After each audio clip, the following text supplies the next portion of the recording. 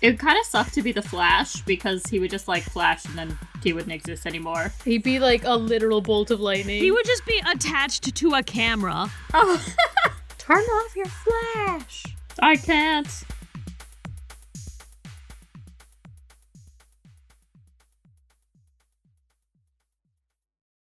Hey everybody, welcome to Fess Up, where the Fess sisters help spice up your conversations with unique and thought-provoking questions. That's right, we're breaking the ice with a sledgehammer. Boom. I'm Amy Fess, and I will be your oldest sister on the podcast for the evening.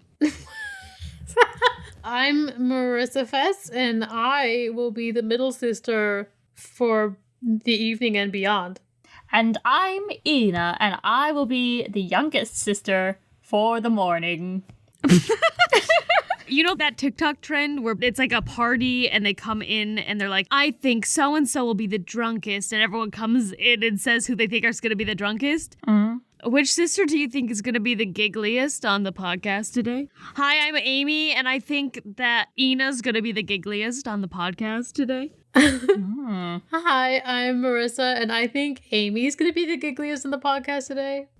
That's so funny, because Ina, was gonna say that Marissa was gonna be the giggliest on the podcast. You only said that because you want to make it a bet. No. Now it's like, now there's it's gonna be a a bet. winner. I swear I was gonna say Marissa no matter what anybody said. What are we gonna wager on this? My soul. No one wants that. No, a roast, of course. Honey roast the winner. Honey roast the winner. All right. Now I gotta try not to giggle so that Amy won't win. No, don't do that. That's just rude. Okay, fine. And when nothing will change, but so far Ina is giggling already, so. This intro was suggested by Athenian Phoenix 2. He sent me an image that says, date someone who likes pineapple on pizza because you know they'll eat ass. And he wanted us to discuss this because he says he took a quick survey and he says it's 100% accurate for his friend group. I just don't see the correlation, but that could just be my virginness talking. No, the correlation is because people famously hate on pineapple pizza. And eating ass. Well, I feel slightly added because I do like pineapple on my pizza, but I have to say I have never eaten an ass. I don't know that I would or wouldn't. I feel like we're gonna have to check back on that. Same, though, because I too like pineapple on my pizza, but I obviously have had no experience in any sort of Ass eatery? ass eatery. I love eating ass. I do not love eating pineapple pizza. So what you're saying is, it's 0% accurate for the Fesses? For the Fesses, not accurate in the fucking slightest. Okay, well, when I heard this, I got really nervous that I was supposed to know that ass tastes like pineapple pizza, and I... Ass tastes like pineapples, Ina. I can't believe you didn't know this, Ina. Have you ever smelled your shit? It smells just like pineapple and cheese. I thought that maybe it was supposed to be because I'd heard, like, something about, like, the semen and vaginas and stuff tasting like... just chicken out of saying cum? Just say cum. I don't know. But anyway, I heard that they sometimes taste like pineapples if you eat pineapples, so I was like, maybe It just tastes sweeter. maybe the butt tastes like that too. I don't know. That's what my first thought was. The butt tastes like shit, I would imagine. Yeah. The butt tastes like skin. It only tastes like shit if you haven't wiped well. That's why you get a bidet. Very true. Do you know anybody in your life who likes pineapple on pizza? Marissa. Besides Marissa. No, I don't actually. Is there anyone we can reach out to in this moment?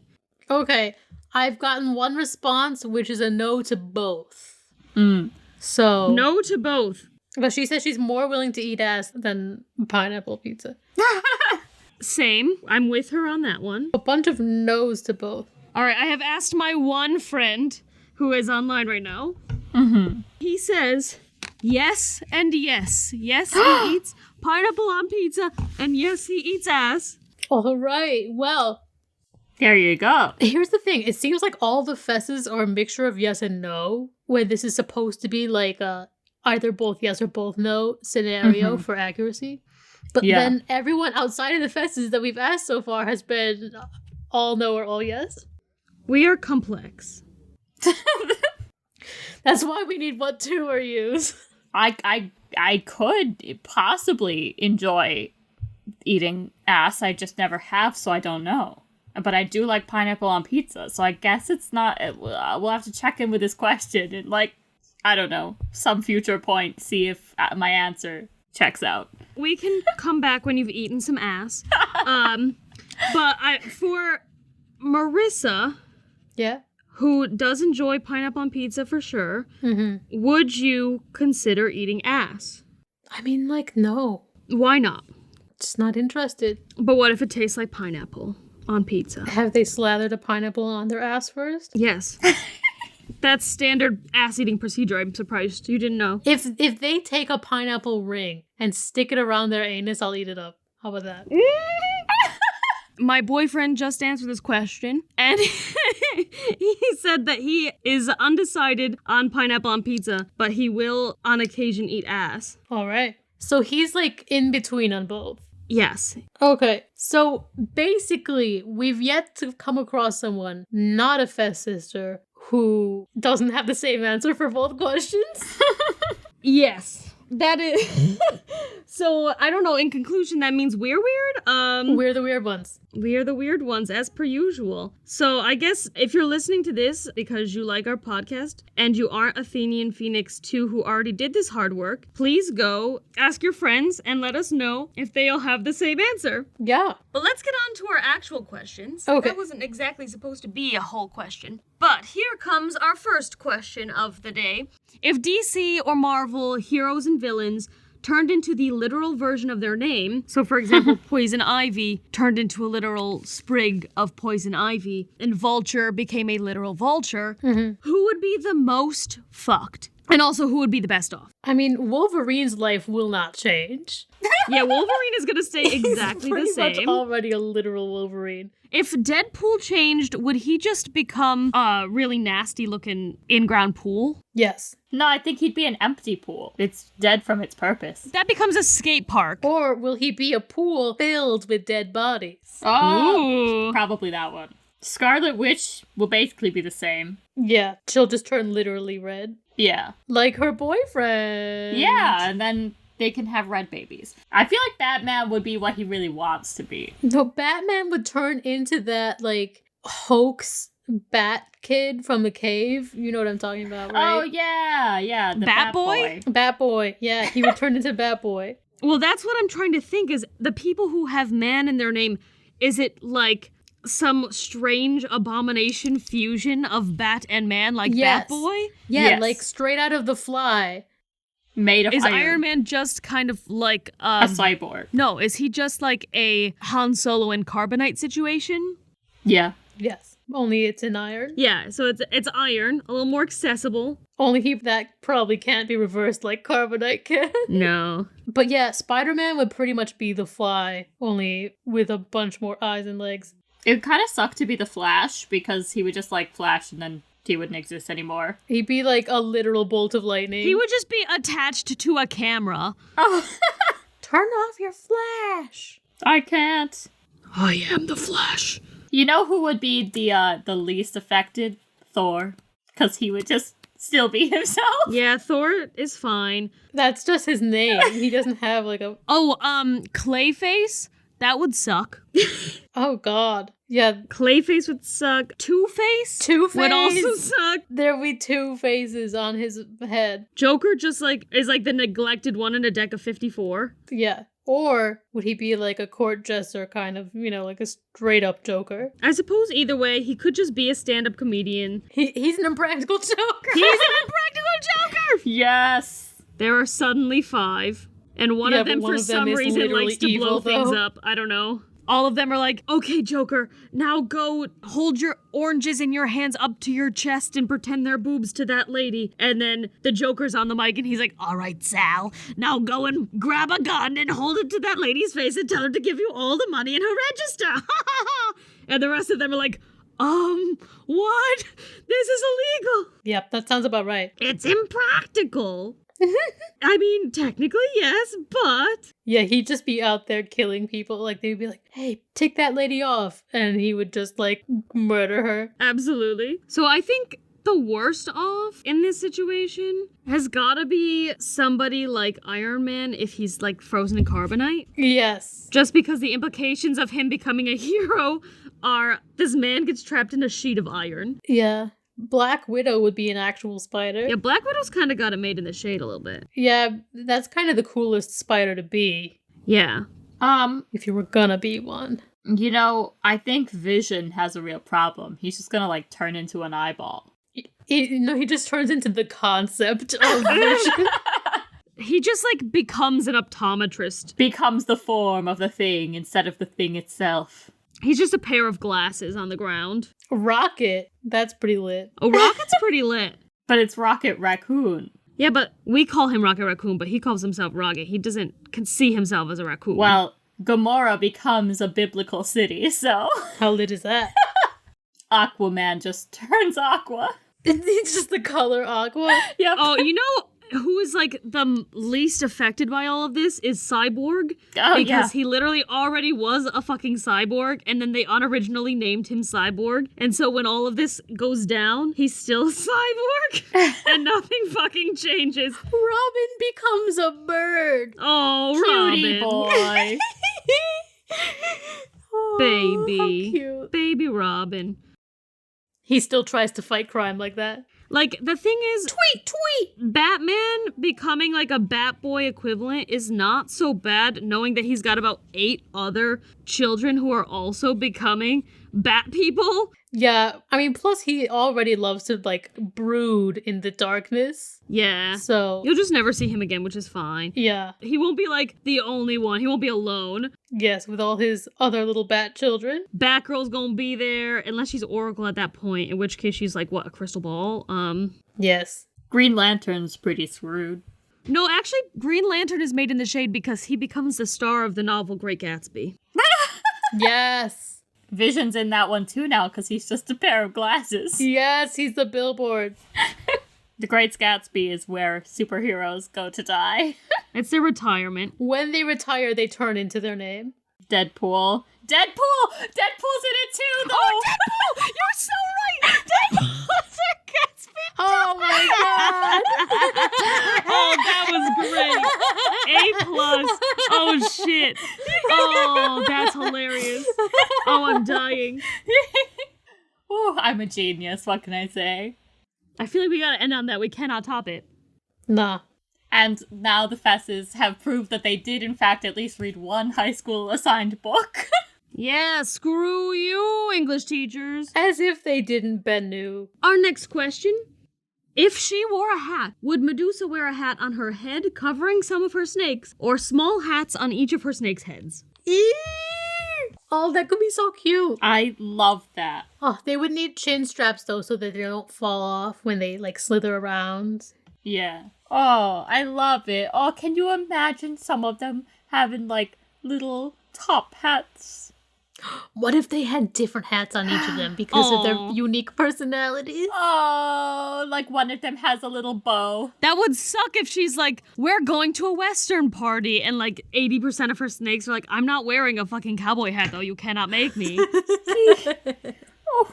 So I like how I asked this question and you guys actively didn't even acknowledge that it was a question. You just decided on one. Well, because it's the answer. No, I'm still thinking about it. Because here's the thing. Why not both? True. That's fair. She wears a hat on her head where all of their like bodies are sprouting out, right? But then on their heads at the end, those aren't covered. Mm-hmm. And those are all wearing hats. Oh, they could all match for like special occasions. Birthday parties would be so cute. Oh, birthday hats. Or they go bike riding, they all wear a little helmet. Well, in bike riding's case, I feel like Medusa would be a fool if she's not wearing one big helmet. Well, yeah.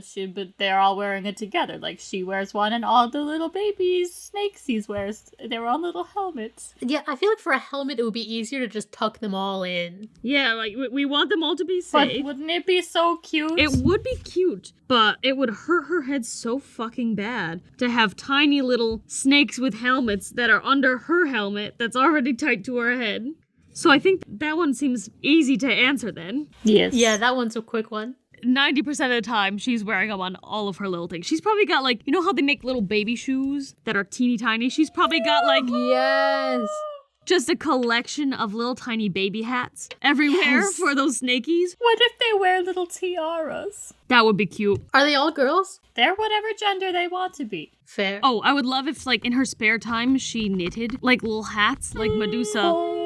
Just, like, spent her time making tiny hats for her little snakies. I'm Yes. gonna cry. So cute. What if she makes little snake sweaters? Oh, babies. And they all have their own favorite color. And that way, like, she can, like, quote unquote, dye her hair, right? If she wants to be blonde, she puts, like, a thin yellow sweater on all of them. No, I love that idea, actually. That's what we call a win-win. Oh my gosh. Medusa, we love you. Yes. Medusa's an icon. She is. We love Medusa. All right, well, next on the docket is a bit. A bit. A bit? A bit? A bit? She sounds like the guy from SpongeBob. Chocolate! Absolutely. A bit! A bit! This bit is called Stack 'em Up. Ooh.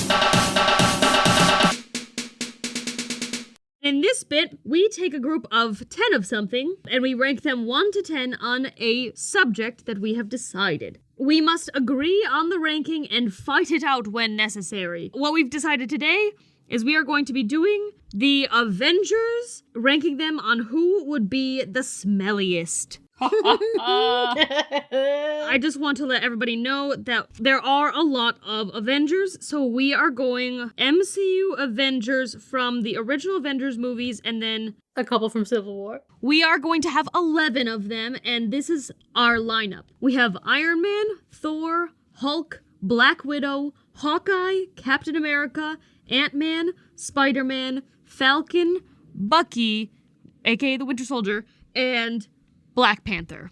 All right. We're going least to most smelly, right? Number 11 will be the least smelly. Okay, well, I know who it is.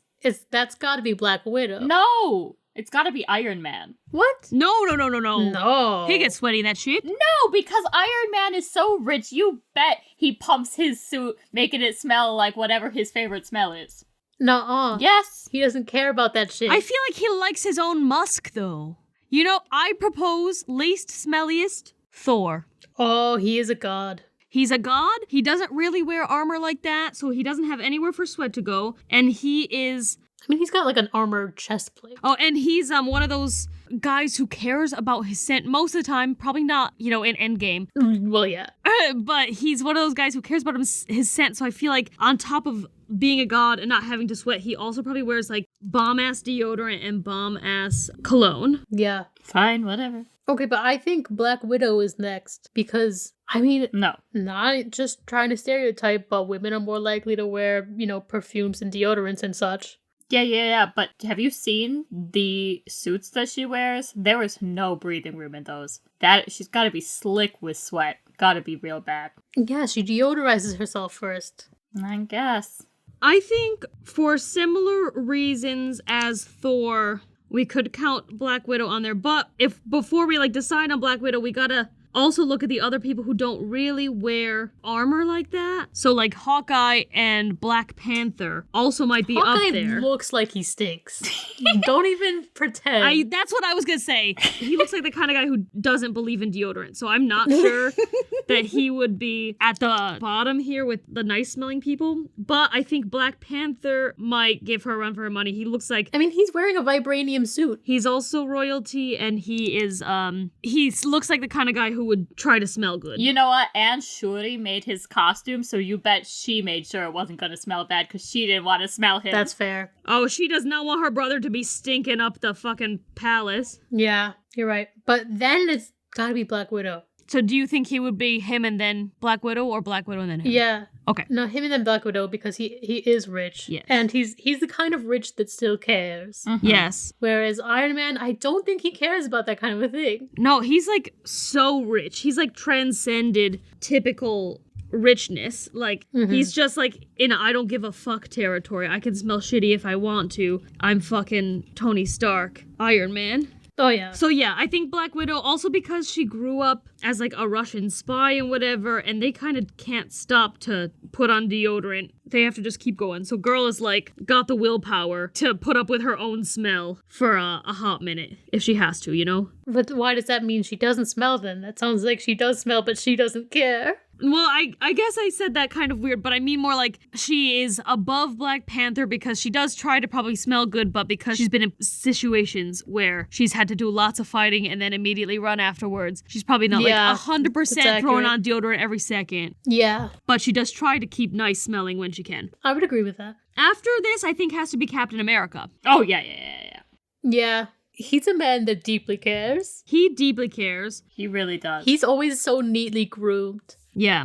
I feel like he's just a sweaty guy, and that's something the super serum could not fix for him. I also, though, feel like if any of them were going to be germaphobes, it would be him. Yeah, He just gives me that vibe. that's fair. I mean, he doesn't seem to be one, though. No. But if one of them were going to be. I would agree that he does seem the most likely to be a germaphobe. I just feel like he definitely wants to smell good all the time, but I think he sweats too much, so in the middle of battle, he's carrying that heavy shield around everywhere. Yeah. I think that he just gets a little too stinky more often than not, and he has to deal with that shit. But, like, on a regular day, he's not gonna smell like crap, but, like, since most of his job is fighting crime and alien people who come to Earth and try to fucking fuck that shit up, he's stinkier more than he cares to be. Yeah. Next, I think, is Falcon. Yes, Falcon. Yeah, because he cares yeah. similarly to Captain America. He's another man who cares. I think basically everything we said for Captain America goes for Falcon. But I think that he just smells a little bit worse than Captain America right now. Yes. Because he is in heavier armor. Yeah. That's fair. And also, he's like a military man. I feel like they kind of have to keep themselves clean. Mhm. You True, know, it's yes. like part of the regulations. So that's just another reason I feel like he would smell okay. Yeah. So I'm like looking at this list and I'm having some trouble on where to put Ant-Man because I feel like he is a cleaner guy, but at the same time I feel like he probably smells like pig shit. So I don't know. I don't think he's that clean. I don't. I suppose clean is the wrong word. I think that he probably doesn't smell awful compared to some of these other people that I know I'm putting at the top.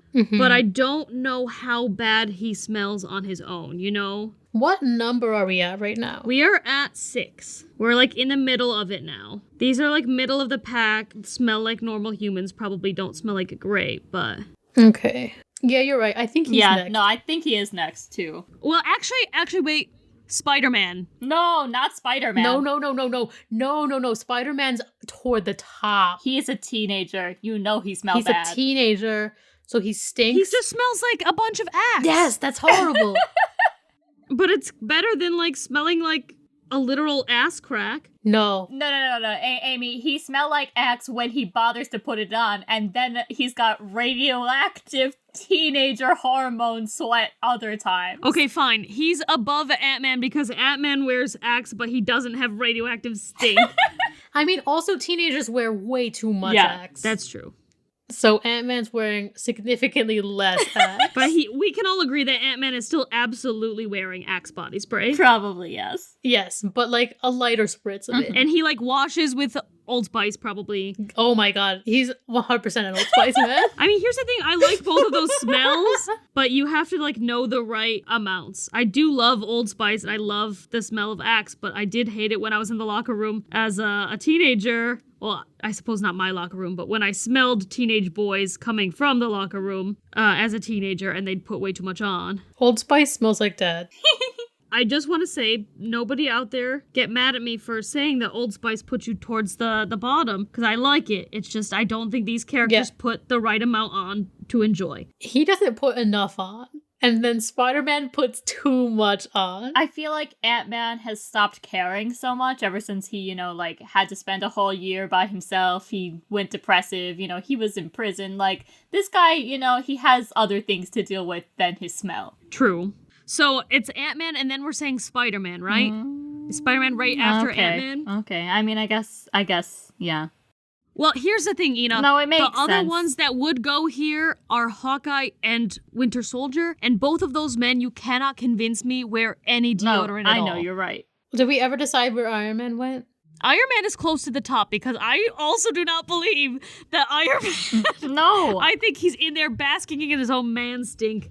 He does like his own stink, you can tell. I just don't agree with that. You can tell he's the kind of man who likes the smell of his own farts. He basks in that shit. You know he does. And he built AIs because they cannot smell, so they do not know that he stinks like ass. He pays everyone to tell him he smells good. He doesn't have to. He could just shell out millions to everybody and be like, yeah, tell him I smell good. So he doesn't have to wear deodorant.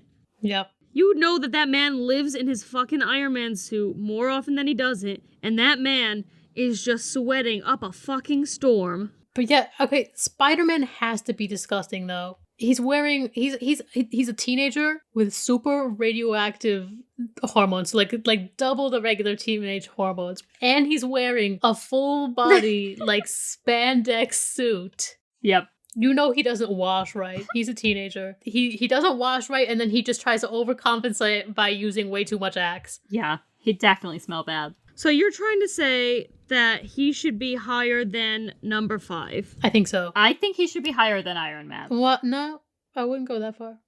I just don't know why you guys think Iron Man would be so stinky. Pepper, every single scene she has to interact with him, even after they are, like, happily married and have a child, looks like it's a pain to have to interact with him. And I have to imagine that's because of his smell. Well, that's just because Gwyneth Paltrow didn't care about being in those movies. The level of sass that she displays, I can properly infer that he's Stank. I can properly infer that he's Stank. Fine. I'm conceding to you because it's 2 against 1. But well, I don't know where on this list. You can help me argue to where. He's just at the top. We are in the top 5 right now. We're arguing for the number 5 spot. I feel like Spider-Man would smell worse than Iron Man, but that's just me. They're both, I think, further up. I think after Ant-Man, Bucky. Well, my question is, I know that everyone's gonna want to put Hulk at number 1, but does he really smell that awful? Because half the time he's Bruce Banner, who I feel like puts a lot of time and effort into his smell. It smells immaculate. You know that man smells sublime. Right. He's a scientist. He could have invented his own scent. Exactly. When he turns into the Hulk, he's this large green, rippling muscled dude, but he doesn't wear much clothes. And while he may have BO, how much of it will carry over from when Bruce Banner was there who didn't have much BO? Okay, but I gotta say, think of how large his armpits are now. Like, yes, but also the distance that you are from his armpits has also increased. That was a good point. Which evens it out. Okay. He also becomes Professor Hulk. Oh yeah, Professor Hulk stink, that's for sure. Smells lovely. Yeah, Professor Hulk smells incredible. No, that's so true. So it's hard because I do think there is a level that the Hulk will smell bad, absolutely.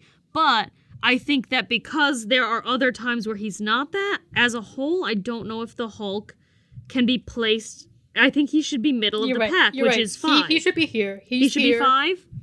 Mm-hmm. Yes. All right, the Hulk is number 5. That's above Ant-Man, correct? Yes. That is above Ant-Man. Okay. Then Bucky. Because we gotta hold off on Clint because he looks like he rolled out of a garbage can. He does look like he rolled out of a garbage can, but I also feel like so does Bucky half of the time. Yes. That's fair. It's really hard for me to decide between the two.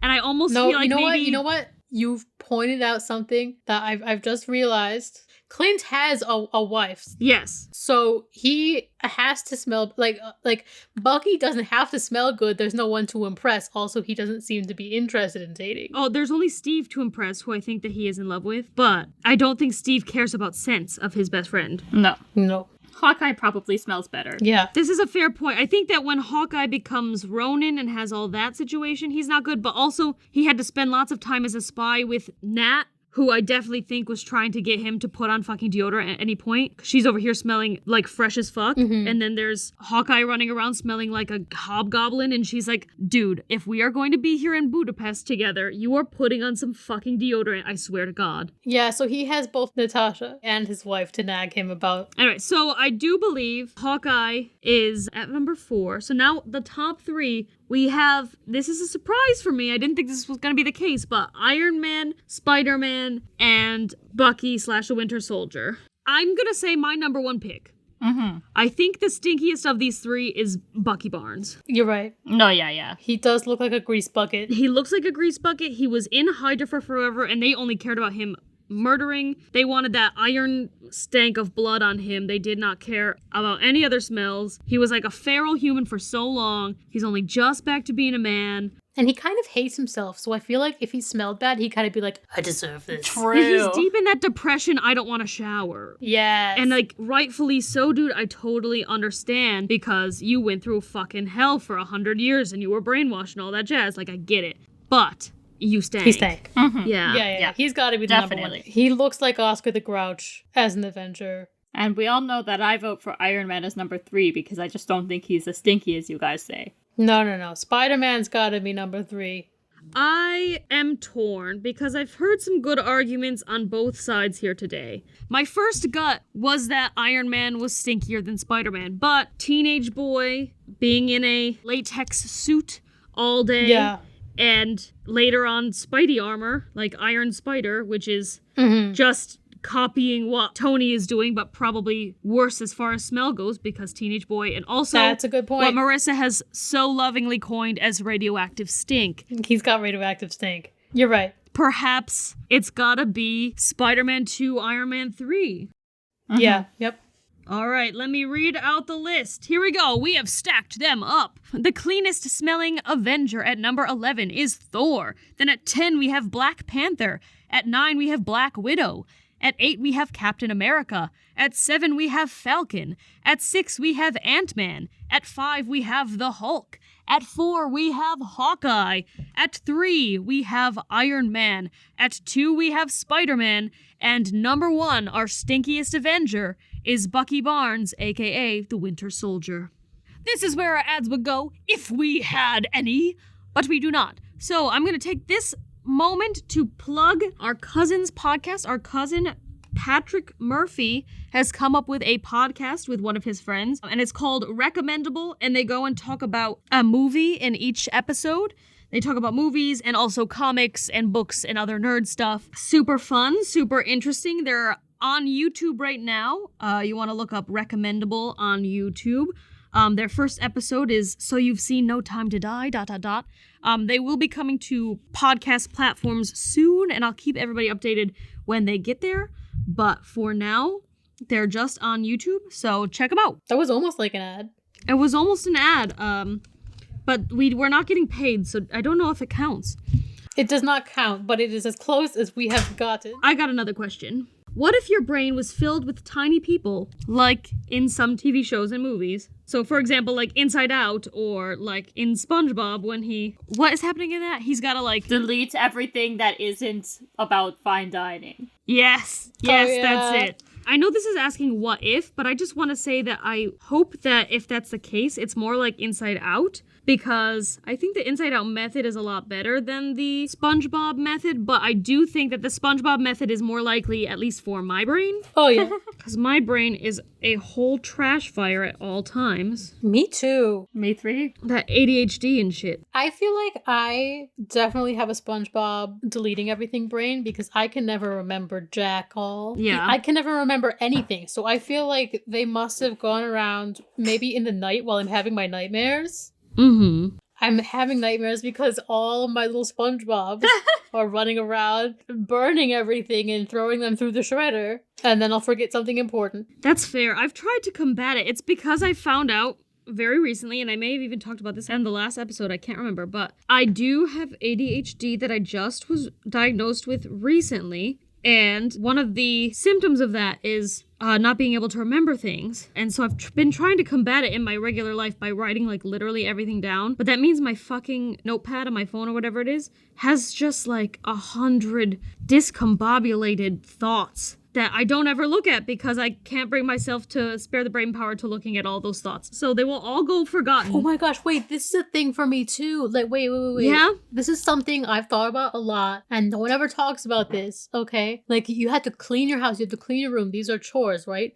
But in the digital era, I now have so many photos and like memes I've saved and like old documents and shit. Oh, yeah. All saved up on my phone that I feel like I need to, as a chore, go through and clean out what I don't need because it's no longer useful to me. There's so much shit in there. Mm-hmm. Yeah. It's just crazy that there are digital chores and everyone's sleeping on it. Yeah, checking your email, digital chore. True. Or as it's more appropriately known, letting your mailbox get to such an extent that you create a new mailbox so you can avoid your problems. Literally, there's so much spam that my current email becomes my new spam email eventually. Yes, every time, like every couple of years, you gotta just make a whole new fucking email. You're just gonna full-on jump ship on your entire email address. I mean, I think everybody who grew up with, not like grew up with Facebook, but who joined Facebook as a youth, you put your first email and they're not realizing what was going to happen. And then Facebook, for every single second that happened on that goddamn app, they had to send you an email to remind you. Like,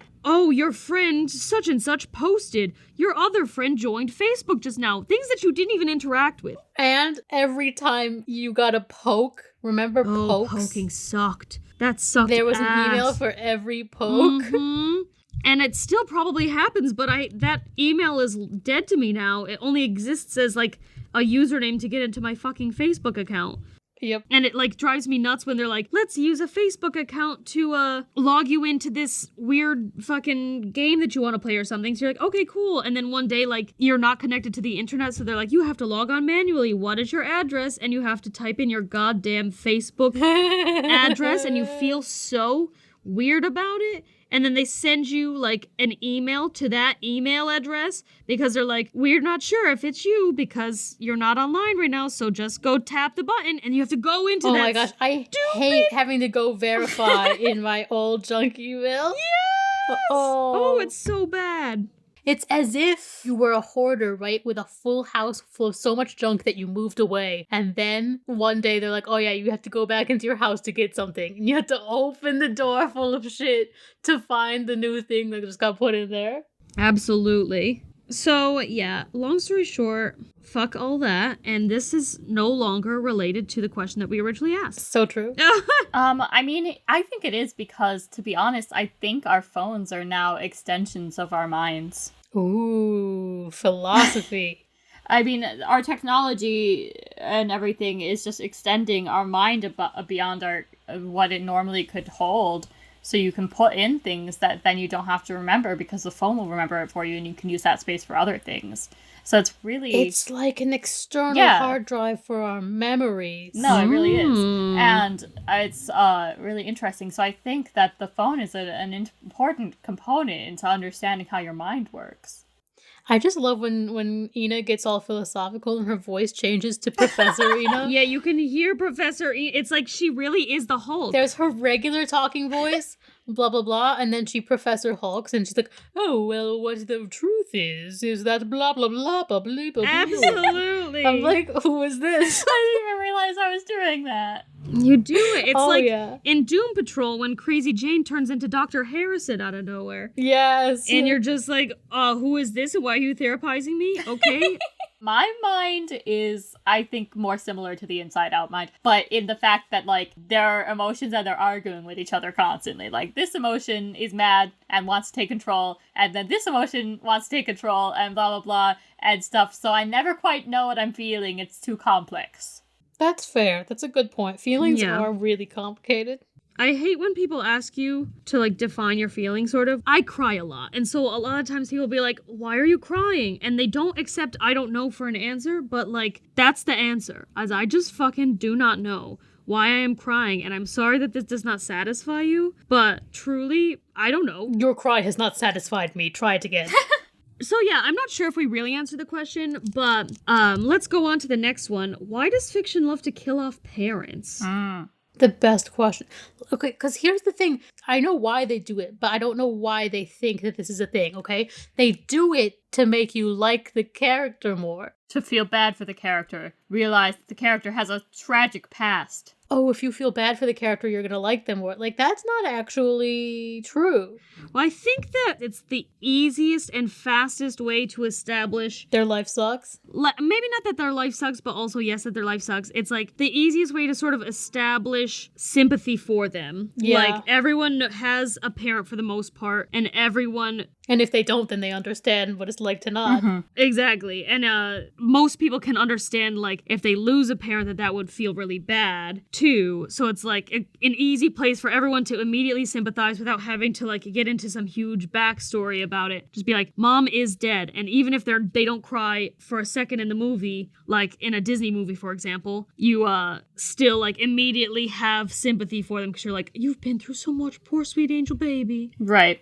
Yeah, but I just feel like it's overplayed. Oh, it so is. Okay, I've read 13 romance novels so far this year. That says a whole nother thing about you Yes, as a person. I know, and they're all by the same author. So, like, it could just be this author's thing. But I swear, in these books, there's always, like, you know, obviously the two love interests. So there's the man and the woman, because they're all straight, and I'm sad about it, but it's fine. Anyway, in these romance novels, one of the two love interests has a dead parent, or both parents dead. But, like, out of the 13 books, I think there's been only one book that I can recall that neither of them had their parents dead. I'm shook. Like, I know it's historical fiction, but It sounds like, now they sound like Disney. I know. Yeah. Here's a question. Why do people go to Disney World when Disney has pretty much advertised in all of their films that parents must die? No, just the moms. Well, especially the moms, But sometimes the dads, yeah. Sometimes the dads, but it's 90% of the time the moms. Disney hates Yes. moms. But just like as a parent, you should feel in danger in Disney. Those quote-unquote adult rides Yes. are not there to give you an escape from children's rides. Oh no. Yeah, and then when you die, they go to the kid and they're like, "Oh, don't worry. All the princesses have dead parents. Literally. Now you can be a princess." Yeah, so I think that's why, that we've hit on the why they kill off parents. Just to, Yeah. like, instantly make you sympathize with them. But I do agree. I'm tired of it. It's tired, yeah. Yeah. Like, I'm not saying never again, because obviously it's something that happens to people in life, but, like, it's not as common as they seem to, like, so they need to really ease up, like, real hard. Here's another thing that movies need to consider. Your parents don't need to be dead for them to be cut out of your life. Yeah. Also true. And that creates some more interesting, tragic family backstories. Mhm. Food for thought, writers out there. So guess what, guys? What? It's time for... What two are you?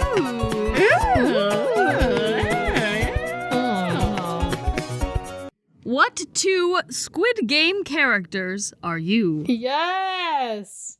Hitting the trends. Okay, this is fun because, you know, I've just watched Squid Game and it was a riot. It's so good. So I just want to say right now, since this is very topical, we are going to be heavy spoiling Squid Game. So if you are not into the heavy spoilers of Squid Game right now, skip ahead. If you're here for the heavy spoilers, hi, welcome. We are going to now talk about it. So if you haven't skipped yet, you should do that. Okay.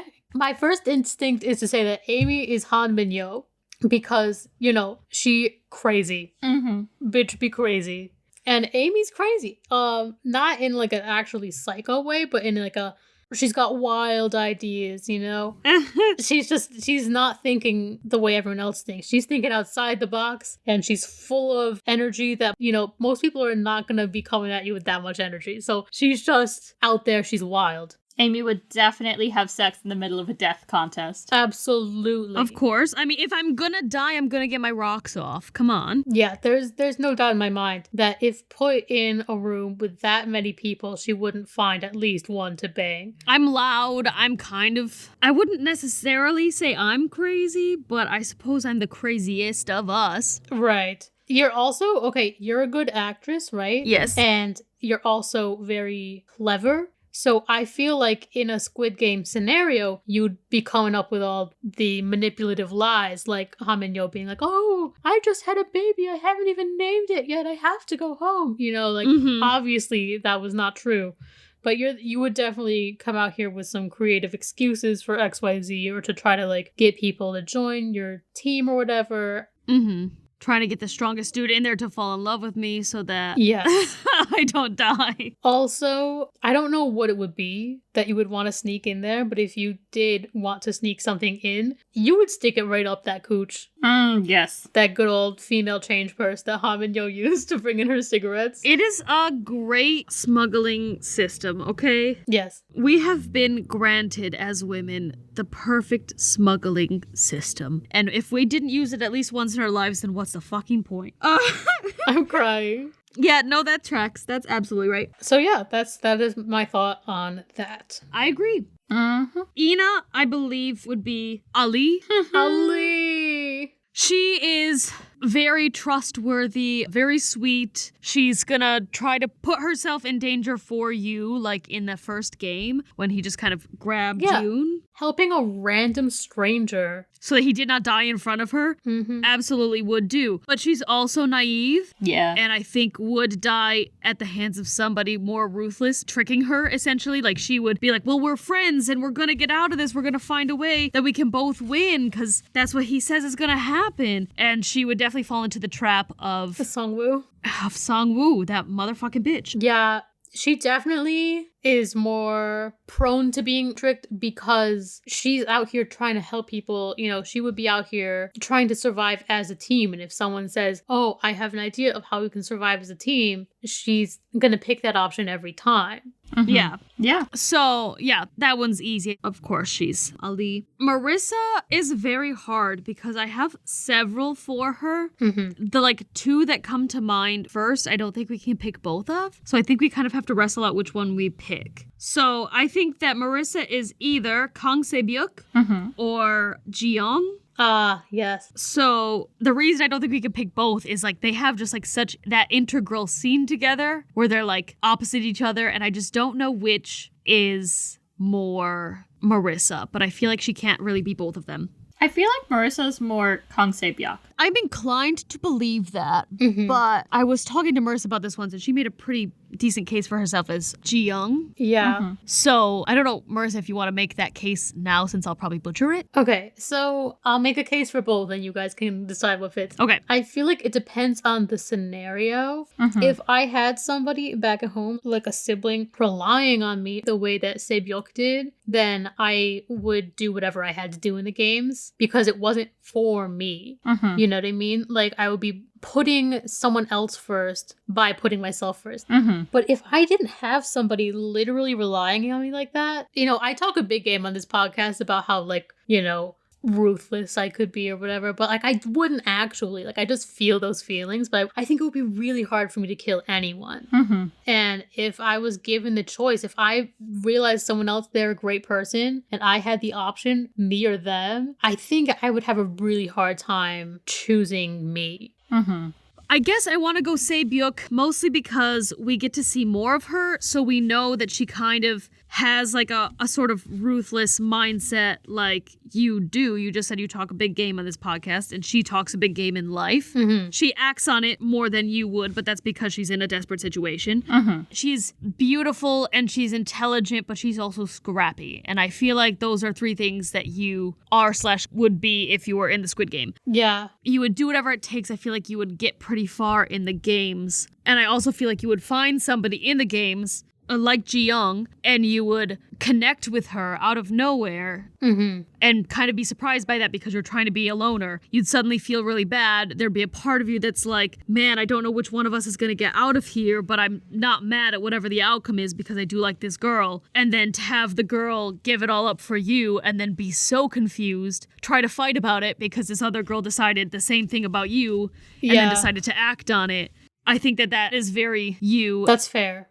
So I think that the first one for Marissa is Kang Se-byuk.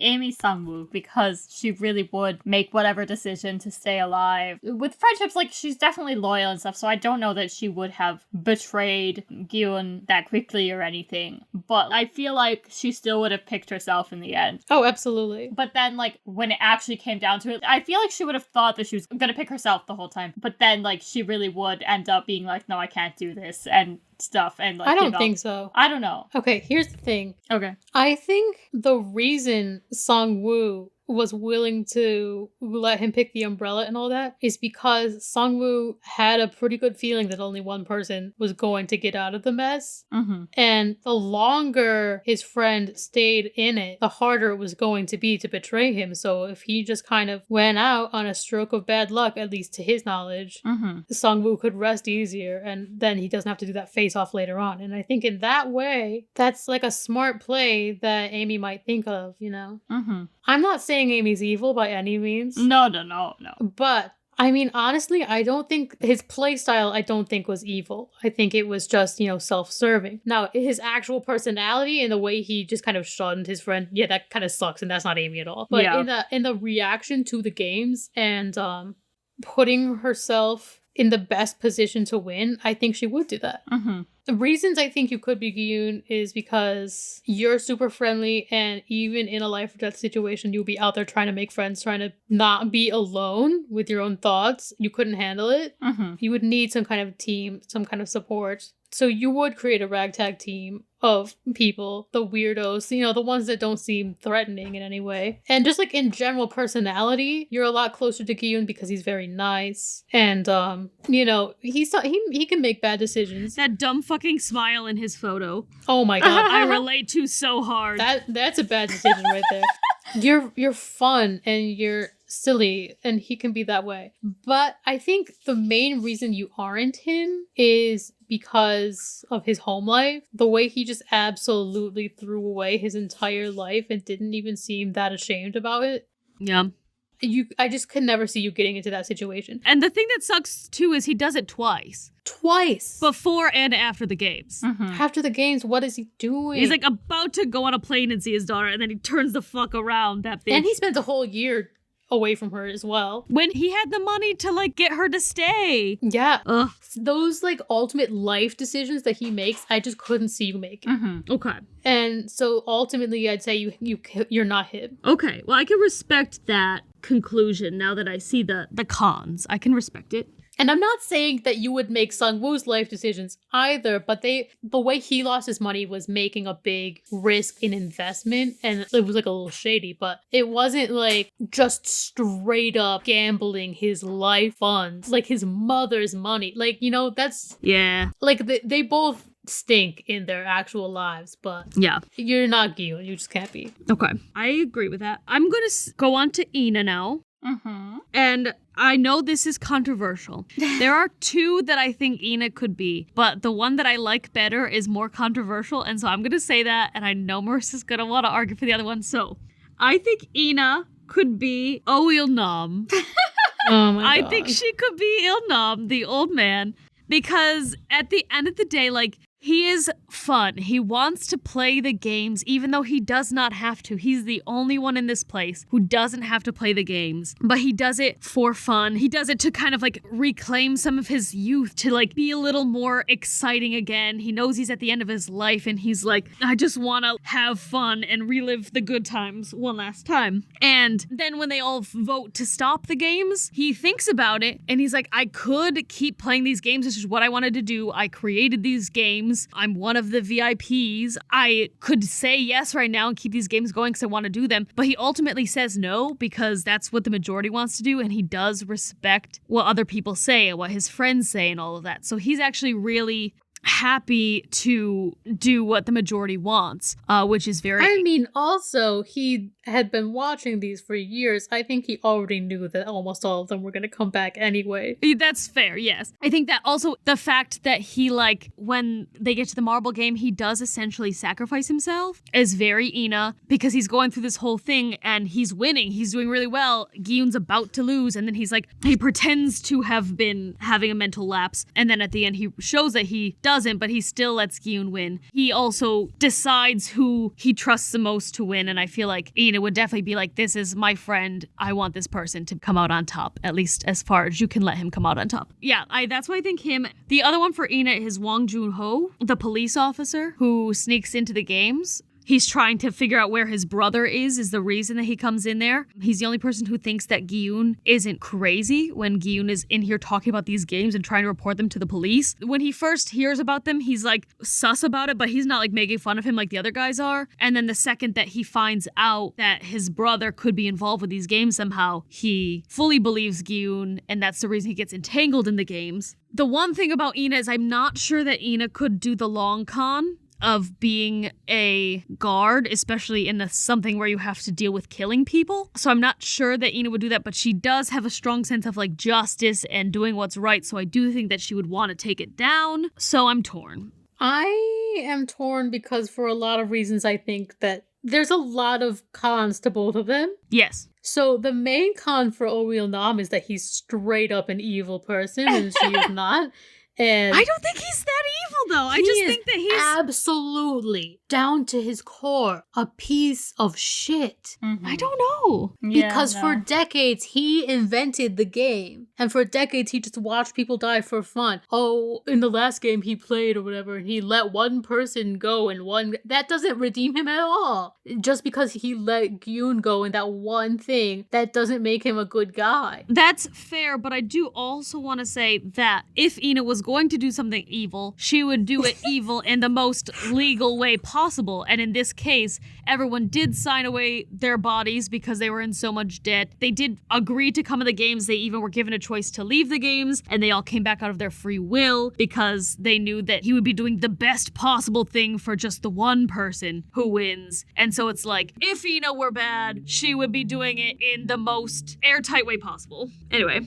I guess. He just does vile things probably his whole life. So for that reason, I just simply cannot pick him. But there are a bunch of cons for Wang Junho. So for Junho, here's the thing. Ina would definitely try to move heaven and earth to come find us if we went missing. But no offense to Ina, because she's very courageous in life, but I don't think that she's necessarily brave enough to literally walk into the lion's den like that. Nah. I also think that in the two situations, Ina would be more willing to know that everyone in there agreed to be there and whatever and live among the people who are dying, but not actually killing them herself. But if Ina was in the position where she had to be one of those guards who might have to pull the trigger to somebody or deal with the bodies afterwards of all the people who had triggers pulled on them, I don't know that she could mentally handle that shit. I think she would crack immediately. Mm-hmm. And then she gets involved in an illegal, like, organ smuggling ring, and that's, like, more illegal stuff that I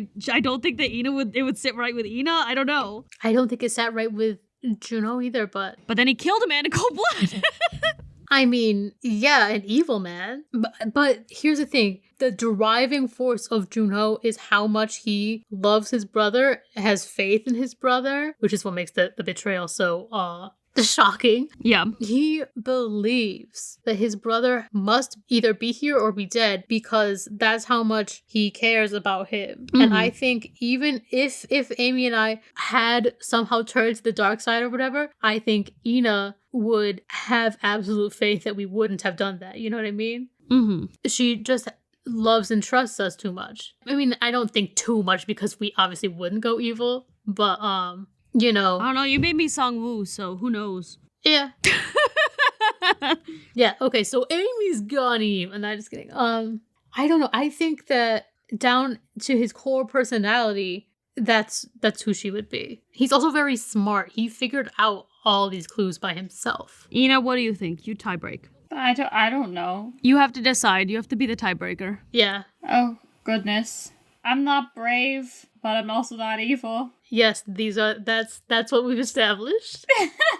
I mean, I feel like the most important thing to me is my siblings, so I feel like I have to go with the Junho one for that. Okay. All right. Ina, you have to pick up Merce a second. Who's even left that we haven't talked about? Well, you can do some people that we've talked about, but also, Deok-soo is hilarious. And Marissa would hate us if we picked him, but Deok-soo is there. Byung-gi is the doctor. Oh my god. There's that player 278 who is like, I want to be in control of my life. Okay, here's the thing. Don't at me like that, because actually, wait a second. Wait, I'm feeling some correlation here. Oh no. It's actually kind of true. This was a joke. This was supposed to be a joke. This was supposed to be funny, but wait, no. It could be true. Okay, I have rotten luck a lot of the time. Like, cartoonishly so. The one time you make a decision and it kills you. Yeah, I'm so indecisive. You guys have to talk about it if you're picking that. I was waiting for Ina to continue. Yeah. I'm trying to find his exact number. Player 278. Oh, wait. Is that even him? No, it's not even him. No, I don't That's think a it's him. different guy. I will look while you talk. Okay, so obviously we don't, know that much about him, but the thing we do know is that he wanted to choose that one number. He's indecisive, like Marissa. And he also just kind of lets things happen in his life a lot of the time. Even though Marissa has a very dominant personality, she also somehow, doesn't. I'm a walking Contradiction. oxymoron. Yes. But, she's really dominant, but she will let whatever happen. She'll just kind of go with it. A lot of the time, if that means that she doesn't have to make a decision about something. Yeah. Hence the indecisiveness. She knows what she wants, but she still doesn't want to have to decide it. And so, once in a while, though, she'll realize, I need to change my life. I need to fix some of this stuff. I don't know that she would pick so wrong or anything, but I do see her in he a life didn't know that was wrong. Right. In a life or death situation, you've realized blah blah blah, this is the one flaw I've had my whole life of I don't really make decisions good, and so I don't want to die not having made a decision. I want to make a decision in my life. Yeah. So anyway, I just feel in a life or death situation, Marissa would confront her character flaws. I'm not a confrontational person, but I feel in a scenario where my life is on the line, I might go up to someone and be like, hey, trade. Yeah. Wasn't he player 96? Yes, player 96. Because the one guy hit bet on 69 and then he chose 96. Oh, yeah. And then 96 did that. Yeah. And he's like, fuck, you're right. He's player 96. Okay, but on a more comedic lens, he has a stupid-ass voice, which I can relate to, at least in the English dub version. I don't know about the actual Korean voice. Right. But in the English dub, his voice is dumb, and I can relate. And then, my luck, cartoonishly bad luck, I swear. So I would be the person that's like, oh man, please trade with me, and then I should have stuck with the first one. And then the fucking second tile I jump on, I die. It just seems right. I'm here for that. So, in conclusion, Amy is Han Min-yo and Cho Sang-woo. Marissa is Kang Se-byuk and player 96. And Ina is Abdul Ali and Hwang Jun-ho. Here's our last question. If they were all horse-sized, which barnyard animal would be the most majestic choice for riding into battle? A goat, a pig, a sheep, or a chicken? This was a Twitter question that Nathan W. Pyle posted to his own page, and I just wanted to ask you guys. A chicken. That would be a dinosaur. A horse-sized chicken? Yeah. Literally a dinosaur? That would be awesome. If we're just talking the most majestic, a sheep. You are literally riding in on a living cloud. Yeah. And you can shave its wool into fun, heroic patterns. Ooh. And shapes. I'm not saying the poodle, but you could basically do that where you decide where they're going to have their wool and make them look different. Yes, you could dye the wool and everything. I think the worst choice is a goat, because I don't think you can fucking control a goat. I think the goat, you'd ride it and then it would immediately go towards a salt lick or start hopping up on shit in the wrong direction. And you're like, wait, goat, come back. I think the least majestic is a pig. Yeah. They're so fumbly bumbly. Even and they smell bad. Wild boar, which are very scary animals, are still they're not majestic. I'll just say that. I agree that they're the least majestic. I was just saying that the goat is the worst one as far as controlling it goes. That's true. They're stubborn as heck. Like, they are not gonna listen to you. The chicken thing, it reminds me of Final Fantasy. They're called a chocobo. Google it. I love them. Yeah, if it looked like a chocobo, that'd be great. That would be really cute and fun. I want the chicken one, but the sheep one is the most majestic. Agreed. Thirded. All right. That one was easy. Well, guys, that's all the ice breaking we can do today. If we do any more ice breaking, I'm going to have to ride my sheep into battle. Thank you. If you'd like to send us a question, message us on Facebook or Instagram at FessUpPodcast. Send us an email at fessuppodcast@gmail.com. Tweet a question at us at fessup_podcast. And don't forget to use the hashtag UbFest. Send us new questions or let us know what happened when you used our icebreakers with your friends. Share our podcast with everyone you know and get the word out there about your 3 wacky friends. That's it for me. I've been Amy Fess. I've been Marissa. And I've been Ina. And I just have to say that the winner of the giggliest has to be Karina. And by that I mean I won because Karina giggled the most and I said Karina. True. All right, honey roast for Amy. Honey roast for me! I mean, your butt be so magnificent. Mm-hmm. Folks be stopping in the street to take pictures, like, I mean, like, and I don't even think I'm exaggerating on that. Like, oh, that's funny. Aunt Fanny jealous. Yes. mm-hmm. And your hair, so pretty. It's like honey. Okay. Tasty. Delicious. Honey roast. It is a honey. Oh. Oh, But I see also what you did there. true. Bye.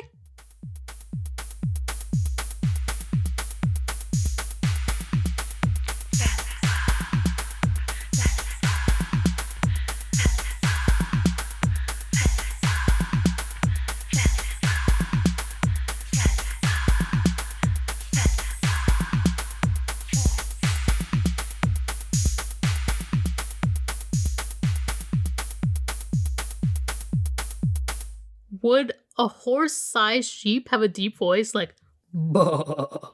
Yes. Absolutely.